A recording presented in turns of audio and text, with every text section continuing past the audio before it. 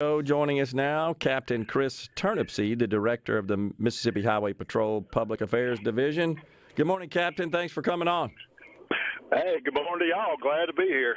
Hope y'all had a great holiday weekend. Yes, sir. We sure did, and the same for you, sir, and all of our troopers who I know had a very busy holiday weekend. Give us an update. How'd we do? Man, it was busy. I want to tell you, we kind of talked about this last week. We kind of thought that maybe due to the limitations last year that we might have an influx this weekend of people going and traveling and getting out and making up for what they lost last year. And looking at these numbers, I would definitely agree that we did, as far as looking at the ticket counts and just the interactions troopers have with the public. Just looking at tickets this year, we probably wrote almost twice what we did last year as far as citations. Our DUIs were up about 40 more than we had last year. Crashes this year were around 195 crashes, which was a little bit less than the 246 in 2020. You go back and you look at 2019, just to tell you, because 2019 was pre-COVID. Mississippi Highway Patrol wrote 6,475 citations over the holiday weekend. Compare that to 2 years ahead of 2021, 9,845. I mean, that's almost 4,000 more we did the pre-pandemic 2019, which tells you there was a lot of traffic on the highway during the Thanksgiving travel week here. Yeah. So what is it? Does it seem like it's calmed down, I guess? Everybody got to where they were going, headed back, or is this are we still kind of in the leftover, the lagging travel in the volume of it? Yeah, there could be a little bit of lagging today. Sometimes, people try to get that extra day on their holiday. They kind of tack it on the end of a holiday for travel. But I would say for the most part, we concluded the holiday enforcement count at midnight Sunday last night, and mostly everybody's in. Everybody's where they need to be. Yeah, I'm sure everybody's smiling and happy and glad to be back at their regular jobs today. But that's pretty much going to put a bow on it for us last night at midnight. We did over the holiday period. We had 3 fatal crashes, which resulted in 5 deaths, which is sad to say. One. We always say one's too many. That was down 1 this year from what it was last year, but it's down 5 deaths than it was in 2019. So we did our best out there working hard, and it's just hard to go, have a 0 fatality weekend, especially over a holiday period that lasts as long as that one does, starting the day before Thanksgiving all the way through that Sunday. But hats off to our men and women that are working the roadways at this travel holiday. They got out there and they got with and they worked hard and did everything they could to get those numbers down. They should be commended for that. Yeah, absolutely. So, Captain, is there a direction, say southwest, not so much the south, but west, east, north, in and out of the state that seems to have most of the volume of traffic? It's going to be your interstates is where naturally your interstates are going to be north and south. Your east and west. It's not really one more than the other. You get on these interstates, people are coming to. Some of them are just passing through Mississippi, going east, west, and north and south. As far as the fatal crashes. One of those was on an interstate. The other 2 were not. They were on, just regular highways. In different counties.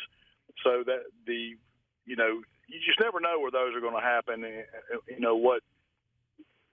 What to plan for on those, because they can be anywhere. But our interstates were relatively, kept those pretty quiet for the best you can for as much traffic as we get in Mississippi, people traveling to and from and through our state. But like I said, just a great job. Great job by our men and women doing all the work they did this week. Yeah, absolutely. What's it look like as we approach the Christmas season? Is the traffic volume heavier during the Christmas travel time of year than Thanksgiving? Usually Thanksgiving is traditionally the most traveled holiday. Yeah. that's the one. I mean, look, there's no set rules for anything. Sure. Just from what I'm looking at, what I've always heard, that people tend to more want to go and see out of town relatives and travel on Thanksgiving. It's usually your local family that comes around and Christmas. Well, I want to say I don't want to speak for everybody. Yep. But Thanksgiving is usually leads out pretty good as far as most travel. Now, Christmas won't be too far behind. There will be a lot, and looking at this and just looking, the bounce back from the the COVID year last year. Man, Christmas could be just as booming as Thanksgiving. Yeah. People are just taking these opportunities to go and travel. Sure. We'll just have to kind of see what happens with this dreaded new variant. Yeah, exactly. Supposed to be coming in, and what that does to things. But if things stay on the course like they are now, we expect a very busy Christmas holiday travel period as well. What about any road concerns? Do we have any major roads in and out of the state that are closed or being under repair or not in full use, full capacity? Nothing that at this time. When we've got you've got some of your construction projects that are going on that have been going on for quite some time, about the same. You get down there south of Jackson, that there's that endless on 49, that endless construction project that's going on down there. The pretty extensive project they got going on. But as far as anything new or special or any road shut down, we're not seeing or reporting anything that's out of the average, out of the normal. Nothing that you haven't already probably encountered in your travels this weekend. Yeah. All right. So no major concerns there. Captain, do you receive any reports from what the traffic was like, fatalities, crashes, and so forth across the country, other than just inside the state of Mississippi?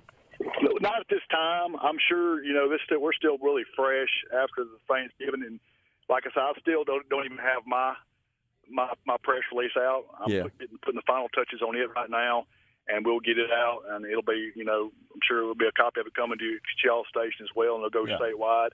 But most of the other agencies are about the same way. They'll start posting their stuff up, and you'll start hearing some pop-up stories. But right now, there's a lot of data and a lot of information that's being compiled right now, and it all should be in the system within the week. Yeah. Now, Mississippi's always got the reputation of ranking higher in crashes and fatalities per capita compared to other states with more population. Just from listening and seeing other reports. But as far as just seeing what's going on across the country, we're just going to have to wait and see on that one for right now.